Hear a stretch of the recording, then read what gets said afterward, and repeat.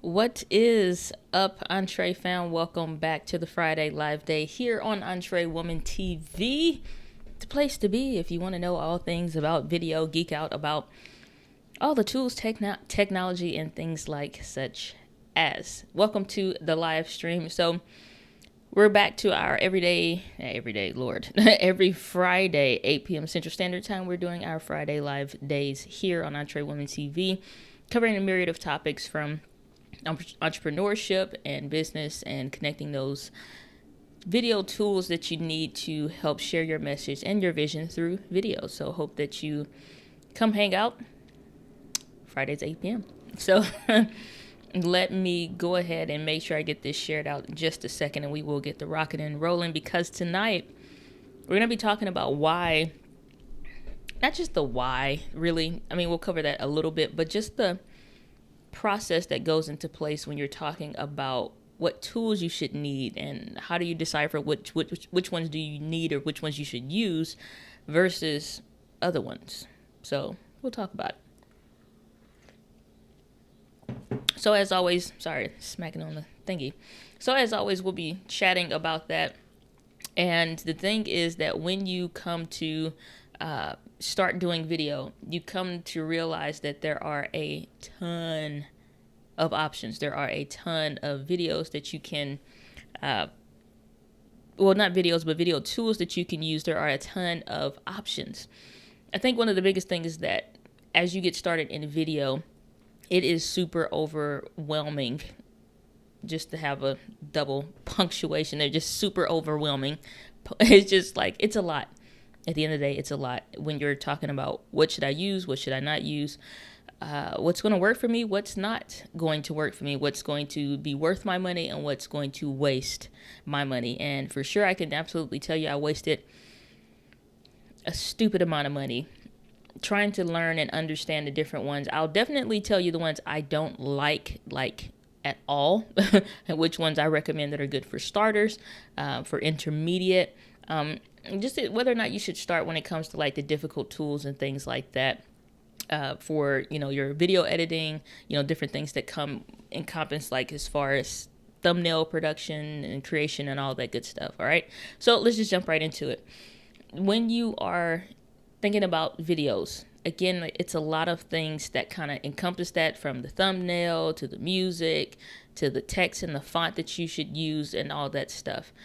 Specifically, I want to talk about the tools. I don't want to get so much into design type things, because honestly, that's not like one of my strong suits. It's something like I do it in a pinch, or I do it if I have to, but it's not like something I'm in love with. However, that video editing process and the video creation process is one that I am very, very passionate about, but it was extremely frustrating getting started in the beginning, because like when you first go into any editing software, you have all these different boxes all over the screen, and it's just like, well, what the heck am I supposed to do with this? Or what is supposed to do what? Where am I supposed to watch the video I'm putting together?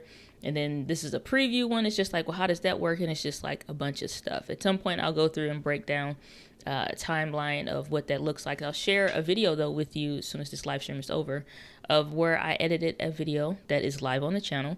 But I was showing you what that editing process looks like. So I'll link that up above later in the YouTube card.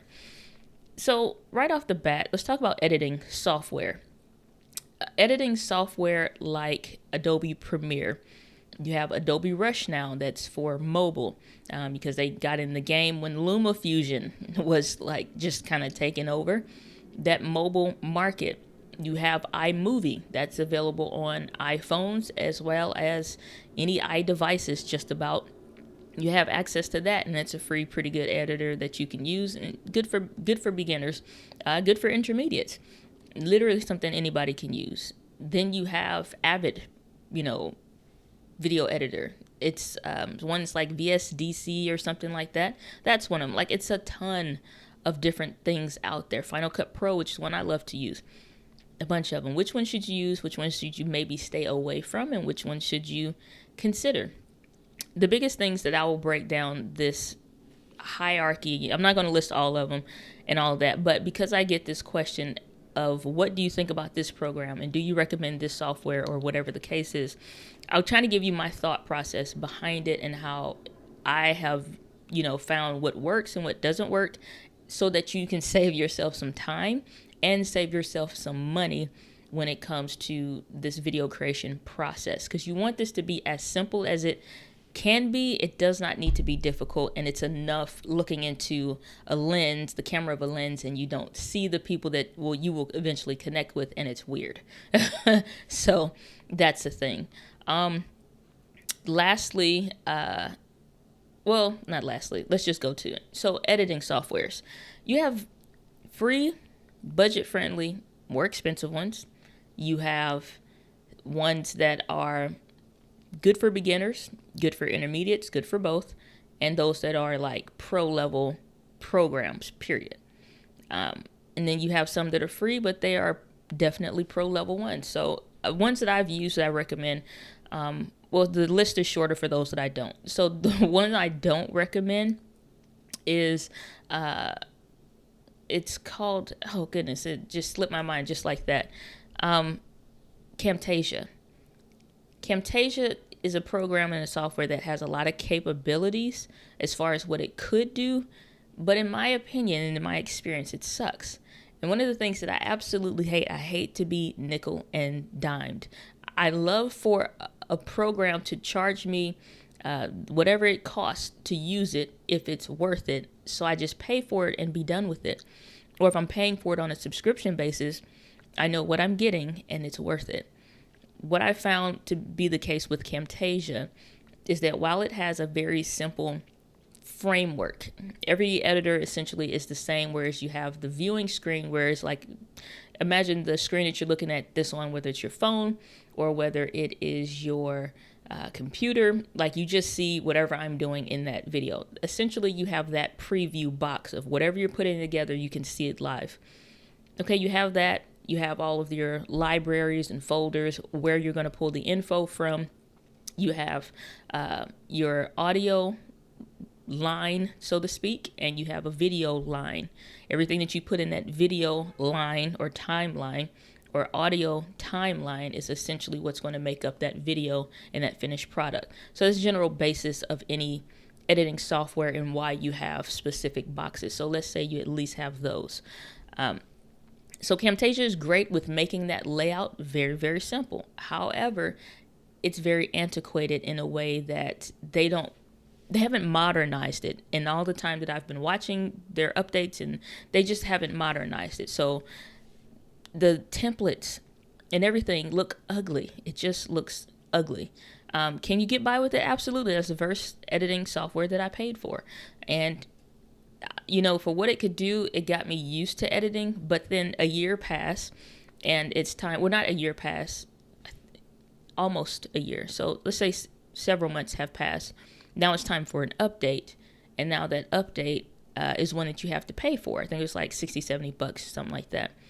And I'm looking at what those updates are, and it's really things that should already be in the program. And we've already paid the one fee for this, so now that's letting me know right off the rip, every time a new update comes out, that's something we're going to have to pay for, or you just continue to deal with the old video setup, and that sucks. I hate to be nickel and dime. Just charge me what it is, either on a regular monthly basis like Adobe Premiere does, or let me pay a higher chunk amount like Final Cut Pro, and let's just be done with it, and I can pay for other stuff that I may want to add to it at my leisure and my choice.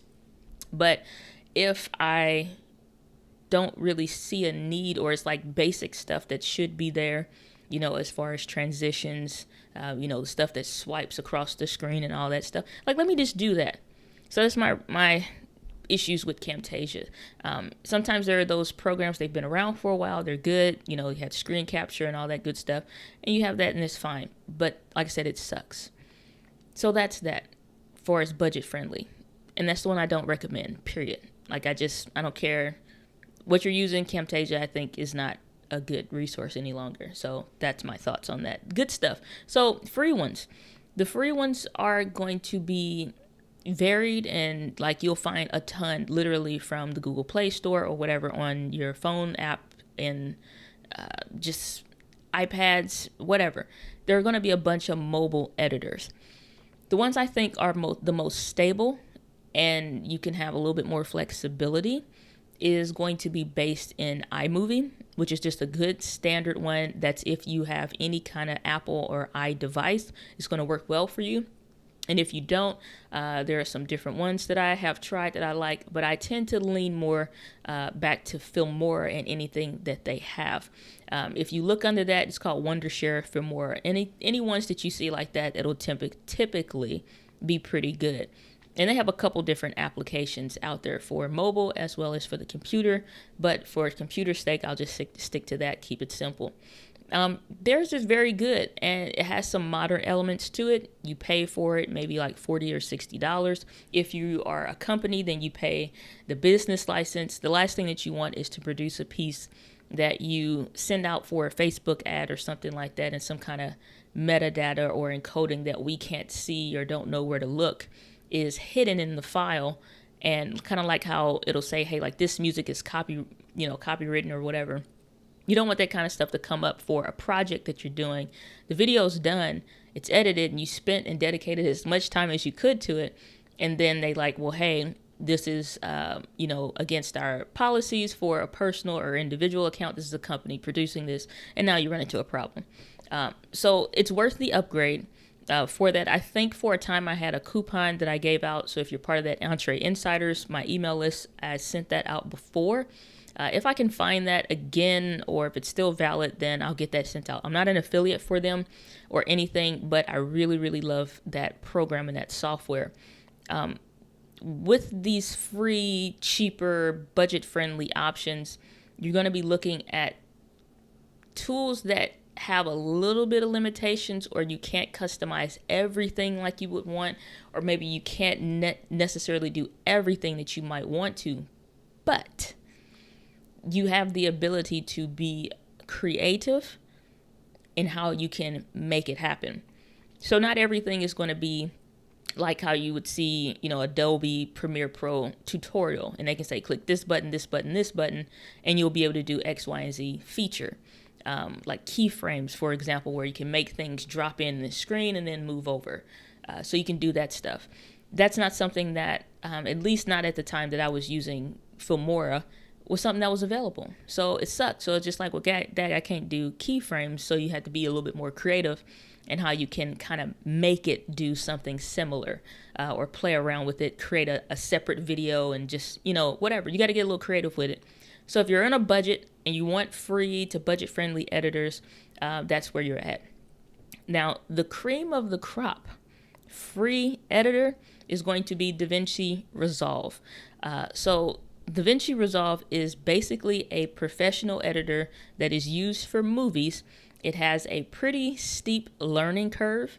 It's not severe as to where you can't use it. I've tried it, but again, it was too steep to make it easy for me to pump out as much content as I want to. So that's kind of like my intersection between, cheap is now becoming expensive when it comes to my time. So if a tool is relatively cheap or it's free, something like a DaVinci Resolve, or, it's great, there's nothing wrong with it, it's highly recommended. And if you take the time out and you have the time to dedicate towards learning it, it's absolutely worth it. However, I think for a lot of people that are beginners, it can become too much. It can just become too much, and it's just like overwhelming. And now you've run into a barrier where free has become just a weight around your neck, and it prevents you from creating content as you want to or need to for your business, your brand, or just for whatever you're doing. So that's where I veer off to the paid intersection, between these two things. So free, like a DaVinci Resolve, it's fantastic, it's great. Steep learning curve, or steeper learning curve than most free stuff like Filmora. It has incredible capabilities from coloring and all of that stuff. And I watch the tutorials, and I consider myself a tech person, and I get all that stuff. But when I get to the point, I'm just like, enough. Okay, enough. Like, I don't want to be bothered. Then it kind of starts to go a little bit down on my recommendations list. So you know what kind of person you are. If you don't like even messing and programming remotes and TVs and all that, probably don't do DaVinci Resolve. But if you want something a little bit better, then Filmora now has a pro account, or pro editor, which is like a baby Adobe Premiere Pro. It don't take too long, and you researching and looking around videos and how-tos on YouTube before you come across, several Adobe Premiere Pro, and it looks pretty cool. And you can get a free trial, right? A lot of good baits there. And then you open it and you're like, what the heck am I looking at? I don't understand what's happening. So again, that paid, even though it's maybe like 20 or so bucks per month, and I know they are recently increasing the prices, it's just like, it's that learning curve again starts to kind of, it's like, do I want to? So again, it's not to me as steep as DaVinci Resolve, but I think if you can dedicate the time towards it, then it's worth learning. And reminds me, I am doing a free trial with Skillshare right now. I think if you want to, there's amazing tutorials on YouTube, of course. So YouTube University, always open, free, and available. But if you want to go to like Skillshare and find a dedicated like training for that, you can shoot me an email and I'll see if I can send you that referral link. I think it should give you some kind of discount or price off.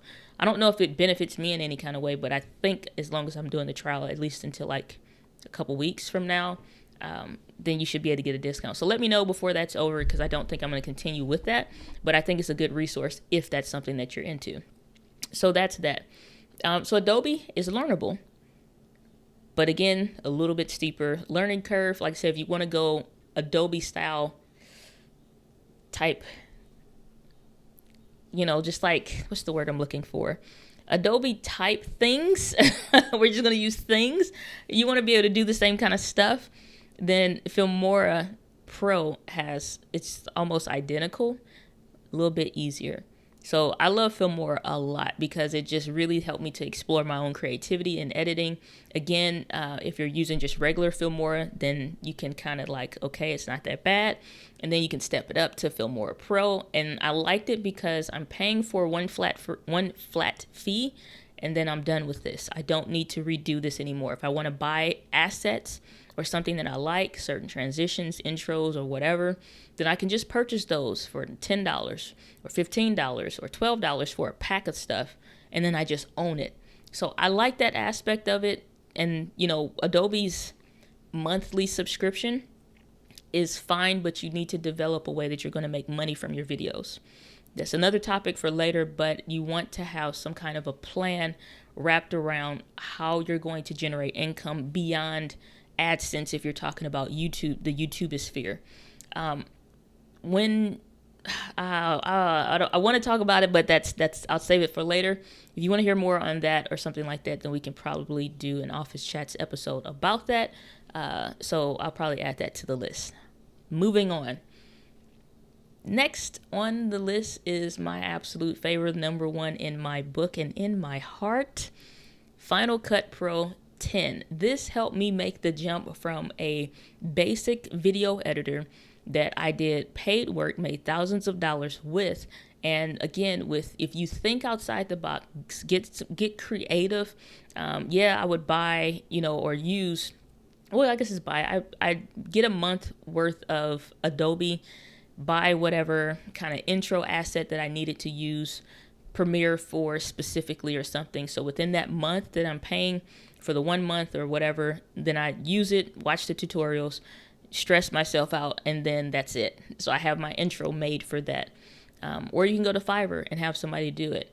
And then I do everything else literally in Filmora. But Final Cut Pro made that jump from basic editor to pro video editor extremely smooth, extremely just easy, and it worked like a charm. If you want something like a Final Cut Pro 10, but you're not a Mac user, I would highly, highly recommend LumaFusion because it's going to have a lot of the same benefits that I'm talking about with Final Cut Pro. You pay for it one time and then that's it. Again, I don't worry about the price of how much something is going to cost because before and while I'm justifying the price of buying something, I'm deciding and I'm already determining a plan of how I'm going to earn that money back from this investment. If you're just doing something for fun, it's not really maybe going to yield some money for you, then you know that that's money that was spent. But if you're doing this for your business, your brand, your company, or something like that, then you know that you are building this and it's an investment. So it should yield a return. So what does Final Cut have that everyone other than like LumaFusion and Filmora, potentially Filmora, is missing? Again, it's as easy as I need it to be, and it has the potential to do more. Feature films are created on Final Cut Pro, but it's as easy as I need it to be to just hop in, make the video, put the, intro and outro on there, put a little text and lower third on the bottom, and then export it out. With Adobe, I found that like you have all of these settings and all of these things that like I have to adjust, and it's 22 different ways of how you can do that's like enough, right? Like it's like enough. I'm done with this. I'm frustrated. So that's that. But at the end of the day, Final Cut made it super, super, super easy just to make videos. Hop in, edit and create the video, export the video out very simply, even if you're not a video editing pro or something like that. So that's that. So when you're encompassing all the different tools and all the things, then essentially that's how you know, or in my thinking, that's how you know, like, where do I want to go as far as free and budget friendly for those things that are paid and, maybe they don't cost this much. But then those things that maybe cost a little bit more, the longer you're sticking around with Adobe, the more it'll cost over time. But again, if you have a strategy of how you're going to reimburse yourself through what you're doing with your videos, then it can definitely make it worthwhile. So let me jump over to a comment that I have here from Mr. Chris Heath. Whoa, that's big. So let me get that a normal size. Said, I have Resolve, but my iMac is a 2012 model. I'll be on to Resolve when I upgrade my hardware. I believe the latest version of Resolve is a little more like Final Cut Pro in some ways. I've heard that too, especially, what was it, I think it's like DaVinci Resolve 16 that's out right now or so. And I've heard nothing but good and great things about that. So it's definitely one that I'm going to be looking at some point because it's free and it's great. And if it is like Final Cut Pro, then that'll be awesome for not just people that are on Mac and maybe don't want to pay for Final Cut Pro 10, but those that are on PC as well. So it'll be like the best universal editing software. So I'm thinking I'm going to look into that as well. I do need a much more beefier spec machine for that as well, because it is going to be a little bit process intensive to say the least. But thanks for that, Chris. Appreciate you in that comment. So, but if you guys have any question, make sure you drop those down in the comments or in the chat right now, because I'm getting ready to wrap this up in just a second. And then we'll call it good for this Friday live day. But wanted to make sure that I covered some of those different aspects when it comes to the editing softwares, because it's a lot of stuff out there. There are those like WeVideo that you could pay for that's like something that, it's just like browser based, but it's just like at the end of the day, I think if I had to put it in a list, my top 3, it'd be Filmora Pro, and Final Cut Pro 10. And then if you want a free something, check out DaVinci Resolve if you want like pro stuff and just take some time and go through the learning process to do it. And then if you're on a Mac and you want free, iMovie or LumaFusion for mobile. I think that's the best. So Chris, you're saying, hi Diana, have you used Motion? Motion is inexpensive and good for creating short animated titles. It can be used independently from Final Cut Pro. I use Motion alongside iMovie and Camtasia. So Motion is one that I have checked out, but it is not one that I felt was worth it in the end, simply because my level of involvement into how much I want to be just involved in that, like, nitty gritty title animation and all that, it just wasn't worth it for me. I think it's only like $50, so that definitely is an option for a lot of people. I forgot to mention that. So yes, you can get Motion separate from Final Cut Pro, like Chris is stating, and it can do a lot of things to kind of supplement any other editor that you have. So if you're using Camtasia and Motion, then you're probably able to get around some of those limitations or just features that maybe Camtasia doesn't have. So that's pretty cool. So that's a unique duo, if you will. So that's pretty neat. So thanks for that. So Mathematica Humanista, we got Carlos in the house. Carlos saying, I use Adobe Premiere, but I'm still learning. I'll try Resolve next month. Well, hopefully that works out pretty well for you, and I'm hoping that it's easier. I'll have to take some time out and look at it at some point, but I hope it is as easy as it seems. Wait, okay, I'm jumping. So it's My Life Darylyn. Welcome back to the stream. Saying hello, cello, Darylyn. Good to see you. Lynn's Barbecue. Too late to be thinking about food, but I'm going to think about it now. He said, got on late. Can you update me on the topic, Mr. Nance? Well, I most certainly can. So basically, in this live stream, I just covered the different video editing softwares that are available. I didn't get into any kind of like thumbnail creation and all that, but just of the most commonly mentioned and used software tools for editing, video editing, I went through those that are kind of basic and free. At what point you should probably switch to something that's paid and more budget friendly, or paid and kind of worth the investment over time. And so at some point I'll probably do, like I said, a video where I'll cover a little bit more in depth as to how to create a strategy around earning income from your video efforts. So like this past month, I made, I think it's like 500 something bucks. I know it was over $500. So it's close to like $600. Just through like 3 income streams, passive income streams. So you do the work one time and then it continues to pay you month after month after month. And so a lot of people only look at like Google AdSense as a way to earn income. There's so much more out there, and it really doesn't matter what niche or area of business that you're in or that you're doing videos. It's a way to do that. So I guess at some point I may do a video on that. Carlos, you're asking, Diana, are you using StreamYard? I have used StreamYard, but, and I do need to cover some live streaming topics. I almost forgot about that. But I'm not today, but, when it comes to StreamYard, I have used it. I have tried it out before, and I've done some testing for it as well. It hurts me to say this, but at this time, I do not recommend it. And here's why. In the same way that I'm doing this live stream right now, a lot of you guys love the look of this live stream. I get compliments on it constantly. I can still get this look, but I can't get, for whatever reason, the audio and the video to sync up. And this is something that's consistent with any person's live stream that I've watched, from people that are using like a web camera. Like I have my little... what's this, the Logitech C920 that's here, that just sits on my desk on a little stand or whatever. So this is just a basic webcam, and it doesn't matter what I'm using when I'm live streaming on StreamYard. I've done probably over 50 tests with it, from the webcam, camera on the MacBook, M50, various settings, adjusting delays with the audio and the video don't sync up.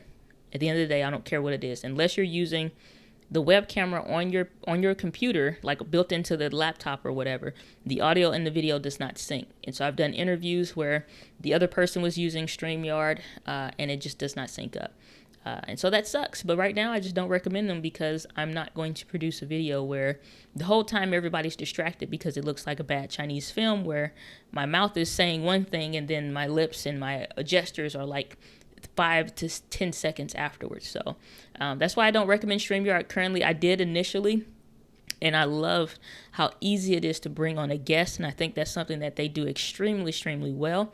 So they're constantly making updates. They're just not making updates on that. And so it doesn't matter what features that they're building out for $25 a month.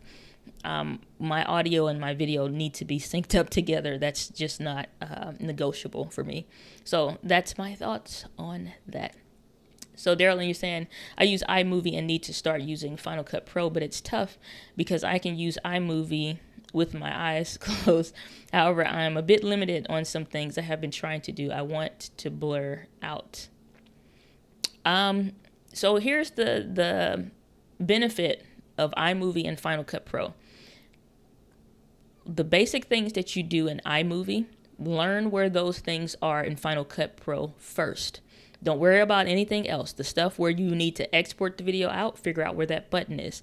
The place where you are going to hold your video assets, like your text that you like or lower thirds or whatever, where those things are, just figure out where those things are first. And then, like I said, once you learn that, don't worry about anything else.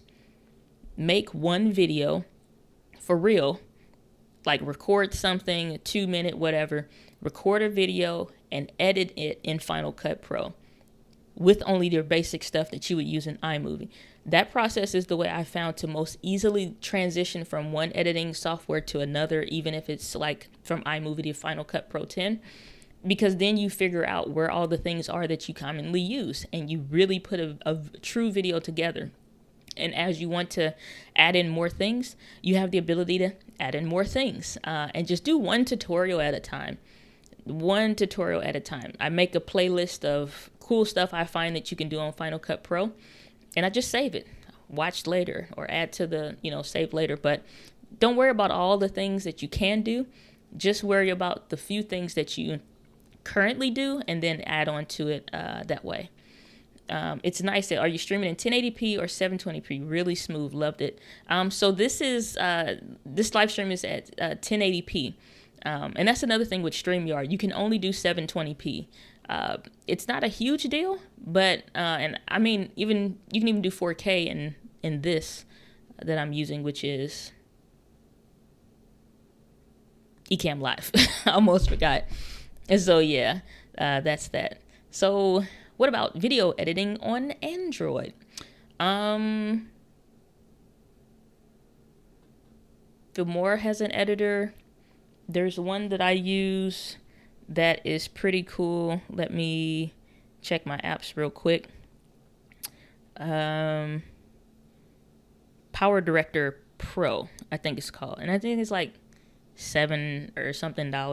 But Power Director is the name of one. Matter of fact, I just tell you what apps I use on my phone. So Power Director is one.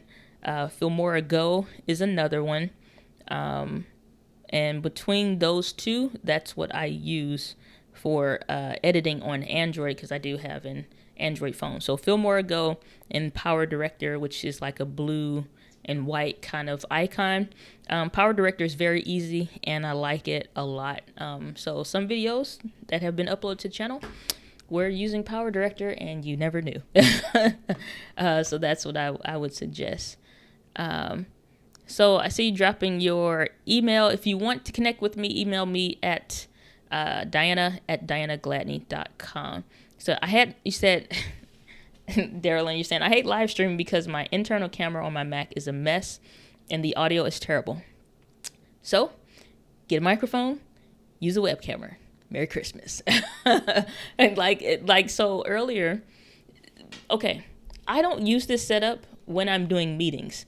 Mondays, I have a ton of meetings. I have meetings that I have to do with video editing and production clients before I take them on as a client.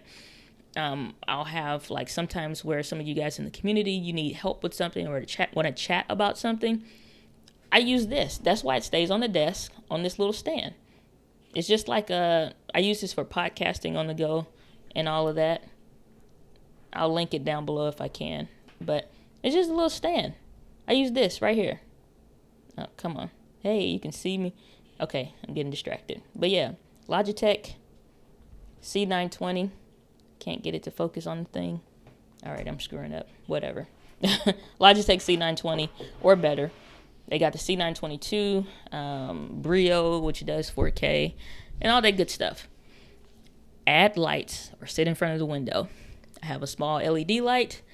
I have the window, and I change the bulb up in the ceiling to a daylight temperature bulb so it matches my lighting source, or I can adjust it as need be. So that's all you need.